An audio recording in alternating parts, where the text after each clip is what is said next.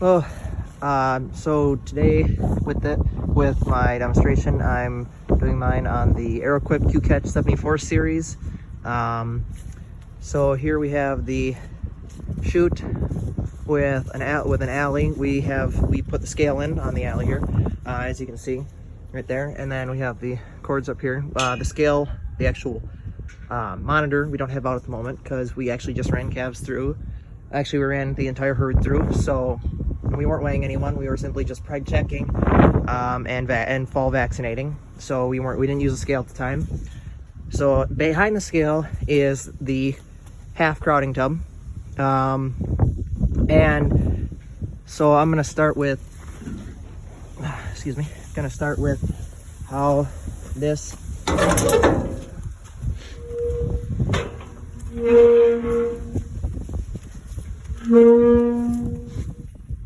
So when you want to run them in, you're going to want to open it up all the way, and that allows them to crowd in. Then as you get them in, you're going to want to take this, swing it out, push it in to get them pushed in. And as you can see, so once you get them in, they can't, no matter how hard they push back out, it does not go.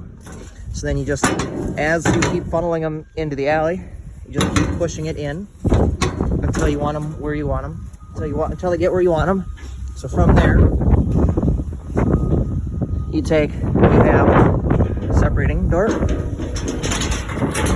swing open, get one in, split one off from the group, then you can pull it shut, and then this animal in here cannot back out, move forward, because there's another one right there. So you have this one waiting while you process the one up there. One thing that this is, so not only with like crowding tub, if you really want to, you can go in. There's a lot of access in this chute. It's really user friendly. There's just a lot of places you can get access. So the actual alley squeezes together too. See up here, if you pull that back, you can get it in each one of the nubs. You can do that. That does on each side. It's via the rope right here. So you pull this like that.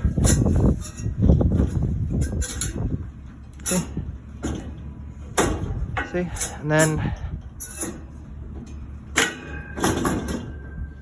there you go. Locks that in place.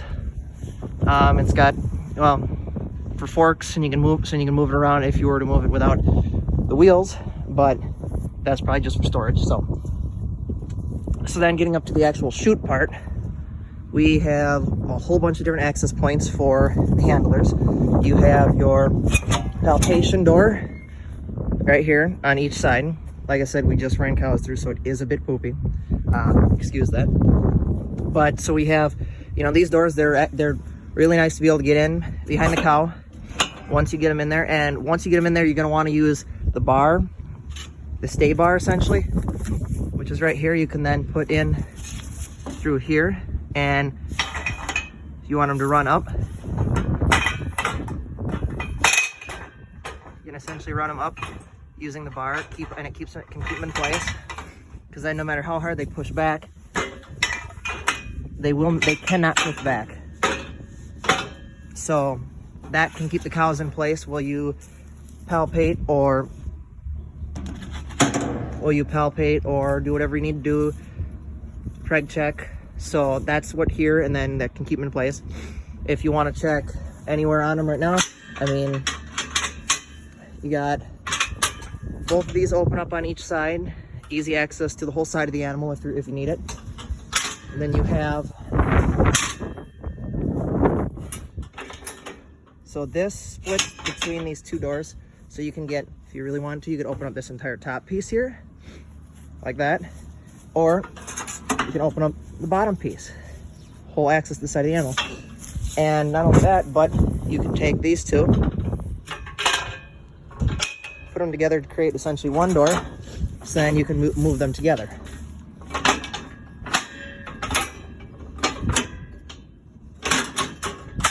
Everything is very smooth in operation on this chute. Like I said, that's on both sides here. Not only that, but when you get up here, so You have your headlock, your actual catch. You can catch them all the way up here. Joe, if you want to pull down on that, just show, like, you can pull down very quickly. You get a cow in there. But it's very smooth and quiet, so it works really well with that. Not only that, but so we have this. Joe, what do you call this? It's just a catch. Yeah, it's a head catch, or essentially it'd be like a brace almost, wouldn't it? Yeah, head catch. So if you get an animal in there and you want to, like, essentially tag them or something, pull that down and you can get their head rests in here, and this bar comes down on the top of their neck, essentially keeping them there. And that prevents them from essentially moving their head around too often, which makes it a heck of a lot nicer to handle and work with them right there. One nice thing is, so the actual bar to open up the head, you can do this and slide it back. So then, yes, you're not up there. Well, that keeps you out of the field of view of the animal, so more than likely the animal will run up there and not be so afraid, especially if they're slightly spooked. We don't have that issue.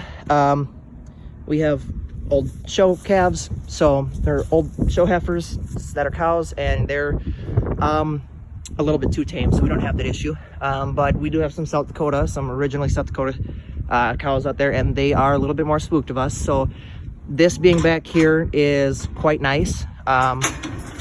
You know, so then you're not in their field of view.